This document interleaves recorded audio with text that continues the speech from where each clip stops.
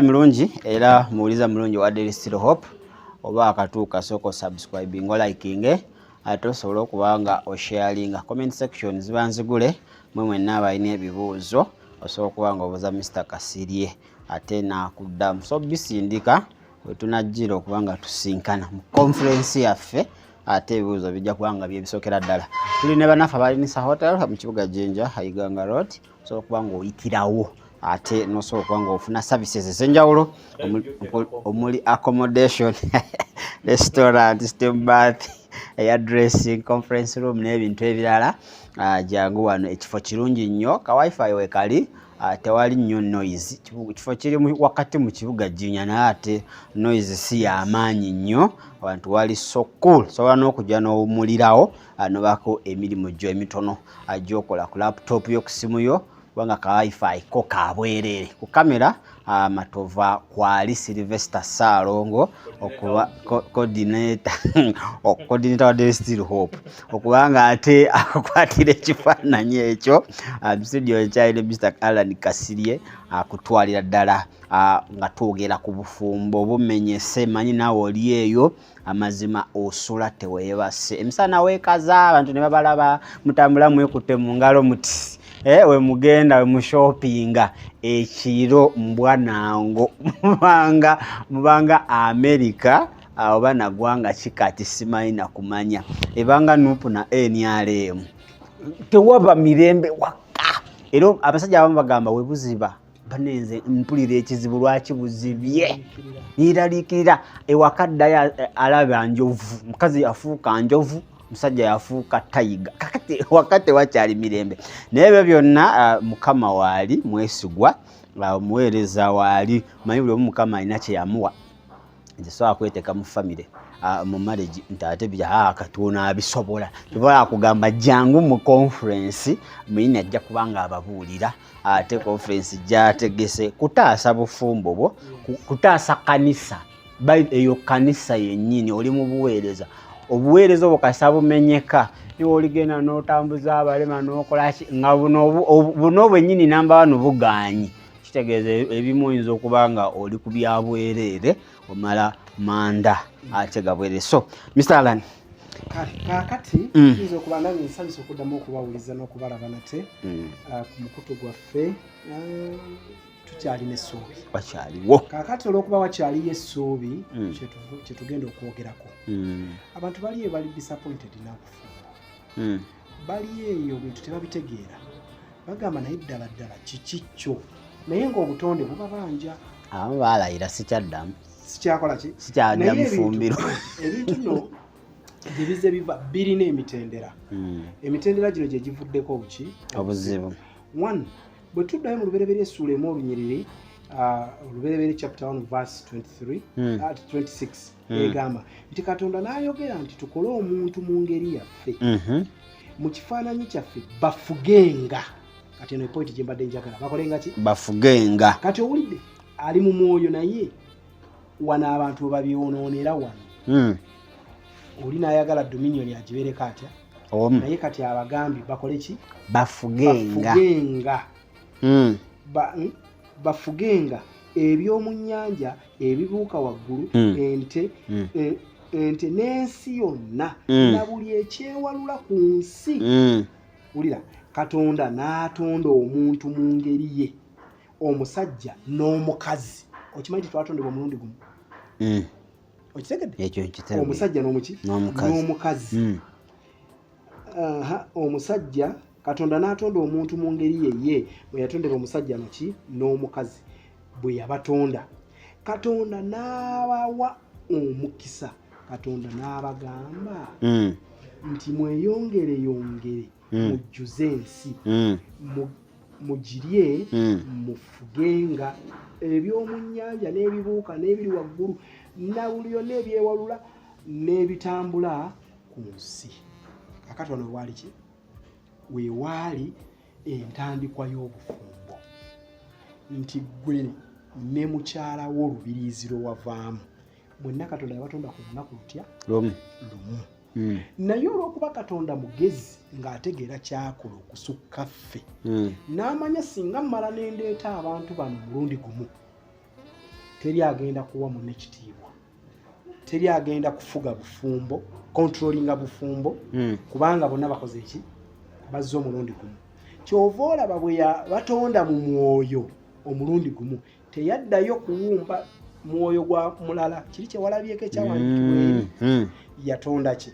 Yagamba kampumbe ettaka lino n'alifuwamu.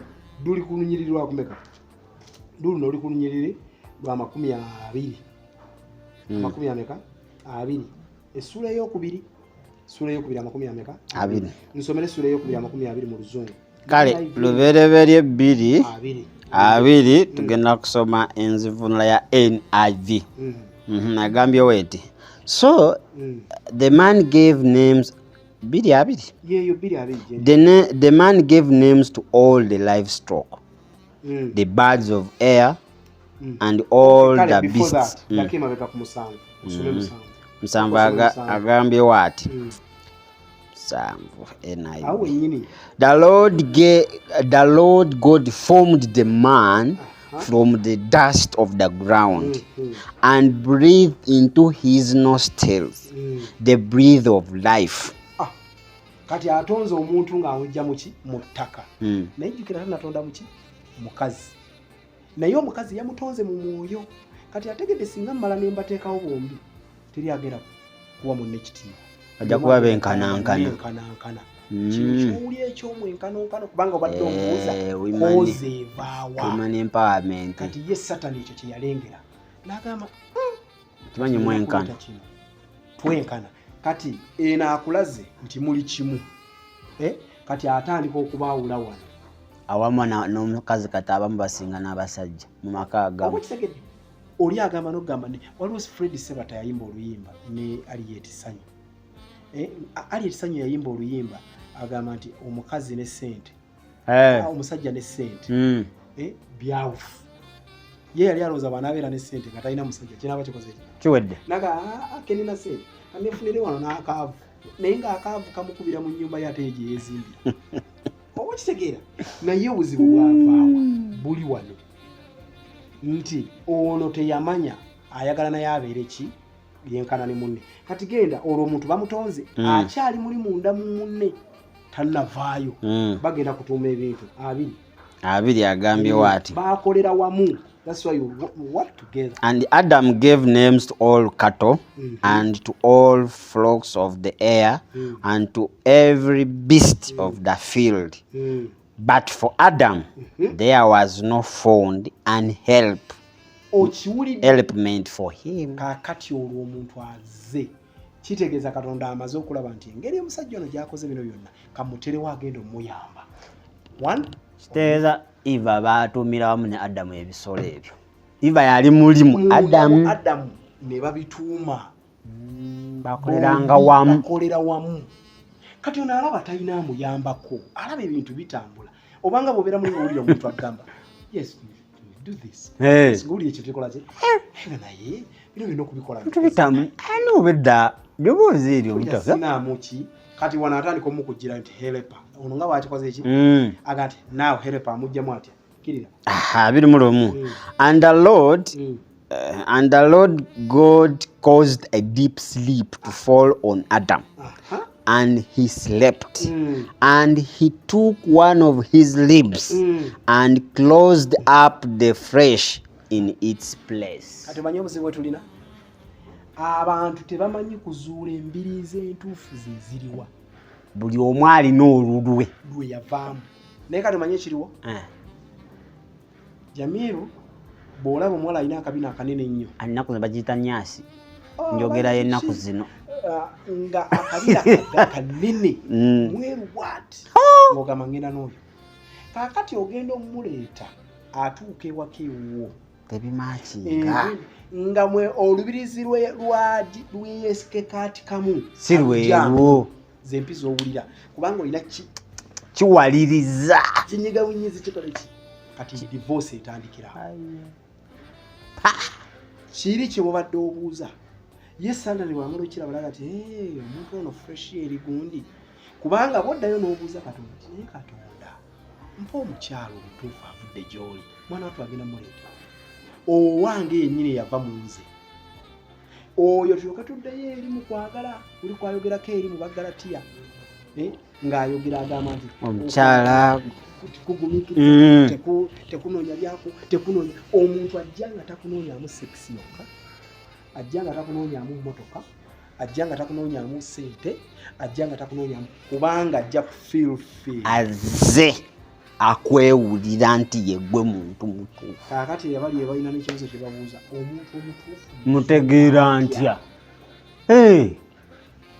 Agamba atya era eri mu Bagalatiya agamba abaaye mutambulirenga mu mwoyo mulina okubeera ba mubiri kubanga buli bw'onootambulira mu mubiri abaana abaayaka bali ate ye ssenkulu ono olulaba ku muntu ebbere n'alabako nga ayimuka buyimusi ye aba akutuma butumu okubulira omala kikola n'olaba nti natomedde. Nina abawala abawerako bajja mukasonga ne bajja naga namaze okwebaka n'omusajja nempulira nga njagala muyuzaayuza ng'awulira ekintu kati si ye yuuyu naye oli omutuufu wulira ekibaawo kino kankiyamba baliye ku mukutu lwakuba nagadde kwogera ku bafumu naye era kyekimu ku bitandika obufumu omwami omutuufu bw'omulaba oba naye bwakulaba waliwo magimenti ey'amasannyalaze agabakuba mwembi eri ey'ebuziba n'owulira ng'otyemuka omutima omuntu n'omutya ono ate kyowulidde naye akiwulira ne bwe mwetooloola emyaka 10 osobola okuddamu n'omusanga era n'oddamu n'okifuna nokena yona omuntu mutyakoki kati abatamanye swiki za laabe entuufu ebirungo ebikola omukwana abatabimanyi amuyitako bulisaawo n'amuleka n'agenda naye akimanyi singa aba akitegedde. That's why semina zeetaagisa bw'aba akitegedde ayangulirwa mangu okumanya nti omuntu ono lwaki akololanga sipaaka zikuba nga kyekiri okwogera kweboogerako okutali kwakwaka okwagala kuli okutali kwakwaka naye okwagala okwannamaddala kusibuka era tosobola ono senkulu musajja mukulu tasobola nakusituka takyamuse kubanga alina process ejjo mukyamula wali abatakyalina zi break kati okwo kubayita okwaka okw'omubiri abantu 80% bali mu bufumbo nga bwakwaka. Are you sure? 80% bali mu mbiri zezitali zaabwe bwa mubiri. Njogera kyeninako experience njogera kyenkansolinza abantu mu bufumbo ngina mukwano gwange nali tudde naye recently in fact bali babiri omu yasaza nanyumiza namba twabadde n'embaga ku church baga yabadde yaku Saturday naye Monday ddako nga wayiseewo wiiki emu ng'omuwala ate afumbiddwa walala. Ebyo station mayanja abikoze nnyo naawe. Monday ejjeeko ng'ali walala ngatuukiriza tteeka lya Alisibet ayingira ku makye kawungezi n'afulumira kati omusajja ali kubonaabona n'ogweta gwe yeetaaga afune omulala naye kati bamuzikiriza yali eri ali mu kwezaalira kati omulala ye yaŋŋambye naye nkubulira naagala mukyala wange oyo we nali mukwano bani nalaba ng'anywereza niba ntuuke waka bani ndaba nakola ensobi. Kwegayiridde nnyo oyo gwe nsinga okwetaaga yabajja mu semina oyo akutegese semina oyo ekirungo akirina kiri mu ye ekigenda okunyiriza ono abeerenga bwe yamusanga wangi akkirize nti muzaddemu abaana bana emberebere zikiridde zigudde naye ebirungo biri ebiri mu ye tebiri mu lubeere luno tebiri ku ttama lino erigize amulina muwogo ate oyo akyalina netakyamwata kaakati oyo nga tugjeeko kati oyo neetaaga mubuulira kyakukola ave mu kuzannya bw'abanga Katonda oyo yamugamba nti wuuno yeye naye ate waliwo ekiseera waatuuka ate awulira amwagala ala naatuuka ekiseera nawulira ng'akwagala nnyo kaakati ate nno oyo alina ye mutuufu yennyini kaakati omukyala alina byakola gwe neetaaga gye musemero omukyala alina byakola ebijjako omusajja bimukuulako obubaati ekyo omukyala kyalina okutereeza kati omukyala tannamanya munne okimanyi nti honeymoon emala emyaka 2 honeymoon yaki yennyini gyenjogerako nga mwetegera bwetegeezi ate wali mu courtship twali tukola ki courtship mwali ku maddu nga naye omuntu ono ke anagira ddi obeeraawo kankubuuza kino ekibuuzo ayogera kufa bibuuzo ne mukwano gwange yaŋŋambye baali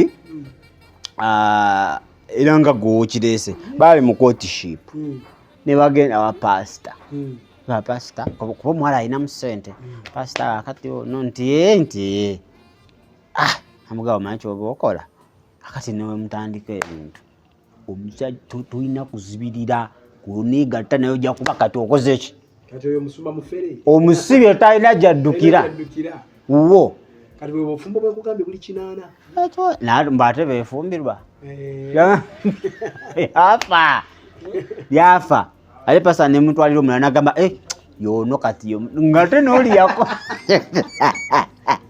kati abo nno bayitirivu nnyo kyobola banzi bwe mujja bino byembayisaamu honest ndi mu kusoma diploma yange mu theology ngenda kumaliriza omwaka ogujja maliriza guno matikiro ogujja wa apostle talent ndi mu kusoma emit naye eri mu kusomo eddene litusomye ate nange lye banneeyagaliddemu kubanga mbawabudde nnyo deep nyongedde ku balekitala ebintu ebimu essomo lye ery'obufumbo dino ngenda kugatta abagole ngenda kuba ngatta abagole naye nga sigenda kugatta abagole nti ndi mu church mukka kuba nga apostle bunjo sobola okumpita ejjindi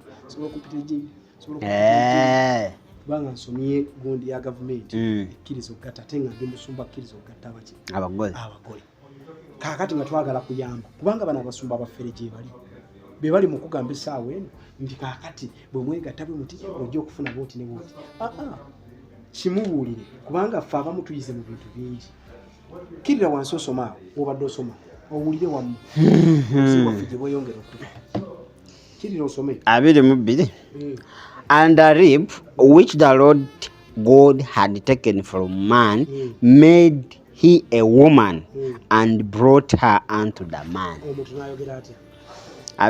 And Adam said, this is now bone of my bones and flesh of my flesh. She shall be called woman. Kati bano bankola magundi ekisiyaga bano bankola ki bani wano bino ebintu abantu babyetaaga bimanya babitegere nga bigenda okukola ki okubeera aga nti kati lino ajeddwa mu nze kati agenda kufuuka mukazi kati agenda okwogera bwe kityo ng'alina obukyala private party mukyala alina wumbo kati ye kyekisakiro ye factory kati yalina n'abaana jukira Katonda alina kyayogera eno wansi ogera kyolira wansi yalina ki era alina n'amabeere ekyasanyusa Adamu nnyo kino kyekyamusanyusa gwe singa nkutwala bwe tunajja nga tujja mu conference ngenda bba buli abantu bamanyira kuwaana ku bannaabo bwe naba njogera bedroom okuwaana nti birina mu bayibuli muno okuwaana nti n'owaana munno naye munno bukyangajja nako n'akabeere tokakwatangako bwoti afumbye emyaka 10 olaba kasitokisi baana be bakakwata si byabato anti byabato n'ebiri muno mu bayibuli okumanya nti oli mulungi wangi abakazi bibya buli kaseera bimuli babeera bamuwaana buli kumakya ate leero wasusse bulungi nnyo nga engeregerezezi nga mulimba awo olabira omukazi omulungi nga yeebase neyeebaka bantu agati mukama nalonda weebale mukama nukaye mama wabana leero ate ng'onyiridde nnyo abakazi abasinga obungi ku ssaawa eyo ate abasajja abakazi omanyi kye basinga gwe bwe weebakira wano ng'ofuluuse kubanga ebyo nja bituukako eyo mu maaso tujja ndoza katambi akanaasembayo nja bituukako awo gye tujja omanyi kyakola bw'alaba weebase ng'agenda ajjayo gwambe kwegeza tobanga osaliko kasajja kano ye ebyo ebirowoozo byakuliko gwe musajja atuokoze eki ogudde eri weebase kyova olaba Katonda abatakukuumye teri agenda kukola ki kutaasa so wulira kirira wansi owulire abantu bano bwe bali 24 egamba weti therefore she Therefore shall a man leave his father and his mother, and shall clove unto his wife, and they shall be one flesh. Omubiri gutya? Boom. Kakati bw'otuukayo ng'oli mubiri gumu 25 egamba eti, and they were both naked, the man and his wife, and were not ashamed. Okyegere bwo ekyakujja ewa kitaawo ne nnyoko ekimu ku qualification ezikuleesewo omusajja ono si kusula nga weekapisa zinniigiina ezo zaani oba mu kisenge kyaffe sobeera nga ffenna tuli bwereere. topiki yammwe nja gibaleetera wano ngibabuulire bulungi nnyo. Oba munna alina ebikudde alina ebinnyanya ku kabina oba ku obikoonakolagalawanyirira nnyo kino wano kyawandiikibwa muyinza okulowooza nti tebiriiyo bombi baateri akwatibwa nsonyi naye wali abamusoko ofulume njaga kwambala jako n'ettaala adduka mu kiyigo sima mwina ebiyigo eby'omunju adduka ne mu kiyigo naye kambuzeko nga fala ate omubeera mu mizannyo kazannyo kaffe kali abamu bagamba jjako ttaala zisaawa nga ttaala kweri kakati olio nswala era nga bw'ogambye nti efala naturally mulimu abantu abazaalibwa nga bansonyi ekyo gye kiri naye zino ensonyi tuzibajjiramu eno kati omwami oyo alina ozikugjamu oba mukyalawo gweokimanyi ekireetera abantu obutatuuka ku ntikko omukazi butabuulira musajja walina kukwata kulwonompita nagenda kwogera kyo nja babuulira ekibaganya okutuuka ku ntikko kukwata awali amasannyalaze bulungi nnyo agasumulula oli wajjajja gundi tomanyiwo ne bagende wajjajja gundi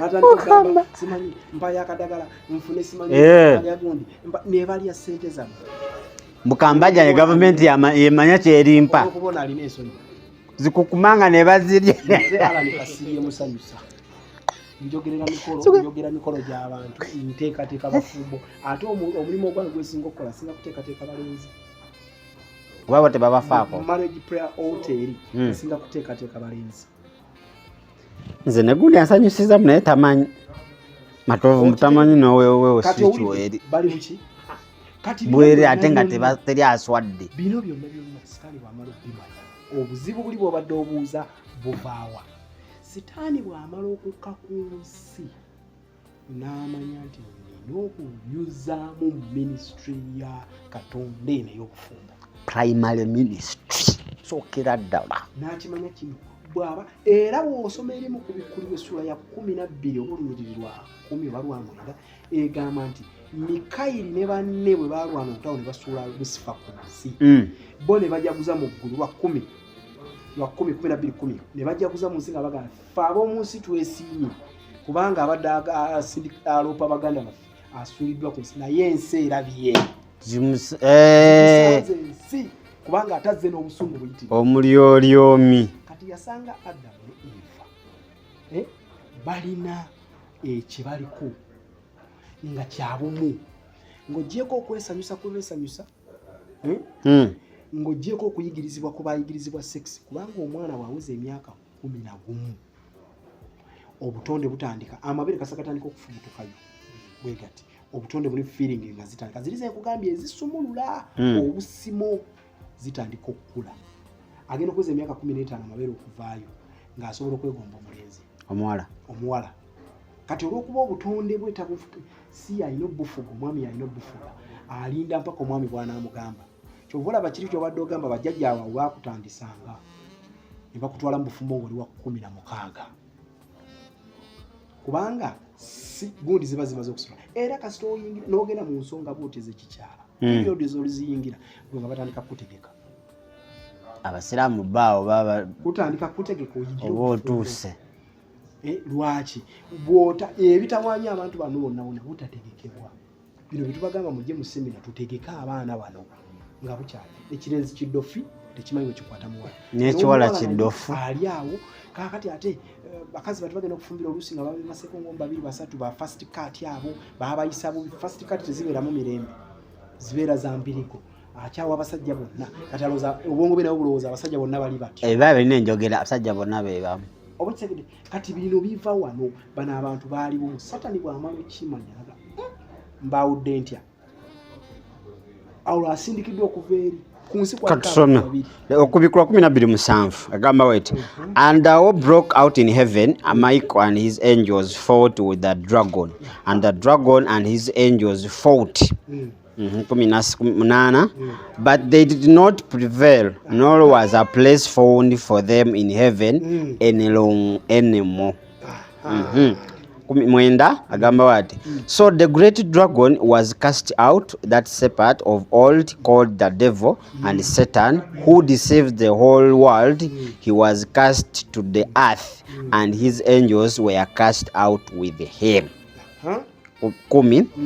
Then I heard a loud voice saying in heaven, now salvation and strength and the kingdom of our God and the power of his Christ have come, for the accuser of our brethren who caused them before our God day and night has been cast down. And they overcame him by the blood of the Lamb and by the word of their testimony, and they did not love their lives unto death. Therefore rejoice, O heavens, and you who dwell in them. Woe to the inhabitants of the earth and the sea, for the great wrath, because he knows that he has a short time. Olutalo lutandikira bwe bamala omugoba mu ggulu bw'agwa ku nsi asangako abantu aba naye omu alina nnabaana omuli abaana omulala alina enkwaso ye nga Katonda abagambye mugende muzaale mukoleki mwale era teri yayigiriza Adamu 6 Katonda yennyini yamuyigiriza nekuddizaayo eri Katonda alina okuyingiramu abalugambo ate musota ebyo byonna bya bulimba bakulimba Katonda yennyini ye yamuyigiriza nti wano ebagira n'ojjawo omwana wano tewaaliwo baali abaana bino ebintu biri nakyo kyereeta kyokka era teri agenda kukwatirako simanyi senga gundi bino byabagamba akuwerekereko ogende esimanyi akuyigirize bakola kinene senga abeera wansi w'ekitanda n'awuliriza n'omanya Katonda banze bye mbagamba ebyekisenge mbikubuulira n'oddayo kubuulira koozi ezivaako obuzibu naye omusajja we okumukwata agende mukyala we teri akuyigiriza nti muteekeyo booti. It's natural. Kulabira nga amagezi gagamba teekawa era n'akabubi ke twogerako nako okuvaako kwako nakyo challenge weeri nti ono olw'okuba atya n'ono atya oba ono akozesezza force agenda kumaliriza ng'ono amwonowe wakwita kwonowe naye bwe bibe by'emirembe n'omuteekateeka muno kyomala bajjajja bagamba bakafumiza kakumira mukaaga ne bakategeka ne bakateekateeka ne kata ensulo zonna ne zisumuluka omusajja agenda okutuuka nga talwana. It's natural. Kati ebyo bye batakola eby'ennaku zino omulala yamyusa ekisambi yitawo akutakana akawera akakutte akata naye waliwo emyaka egituuka nti omwana waweza emyaka 16 omubiri guba gukuze agenda okuweza emyaka 18 amabere gaba gasobola okuwanirira amata aganajjamu okitegedde kyovula ffe tuba encouraging nti ku myaka 18 gavumenti ekugamba oyo osobola omugatta mu bufumu kati ffe ne tubatwala nti okwewala ebisomozo ebinaakutawaanya tandika okwetegekera obufumbo between 18 to 25-28 lwaki kuba abasajja obwongo buyingizeemu ekyo tinaye no one day kyakufumbirwa ajja kunda batandika okukisabira tandika okukiteeka bwe nabeera mu maka gange nja kuzaala abaana bwe bati ebyo bye bikubeeramu awo ng'osoma senior ng'osoma university kubanga 19 university 21 Obufumbo 22 Akereenya 23 awo ogendera gundi yammwe gye muleese baakulabye kubanga awo oba omaze okulungula omwana myaka 22 omubiri guba gwaka yenna aba ettutu libaako eriba beredde nera libasava bw'abeera kugamba aba ayengedde mu bufunzi nti oyo ali ready for marriage era mu mukyala bw'aba akuze nga busobola okuwanirira omusajja kyovula tugamba mu myaka 25 kuba mukazi ng'ekitegeeza n'amagumba gaba gakuze oba osobola okuzaala omwana naye abaana batandise sex nga ba myaka 9 mwenda wangi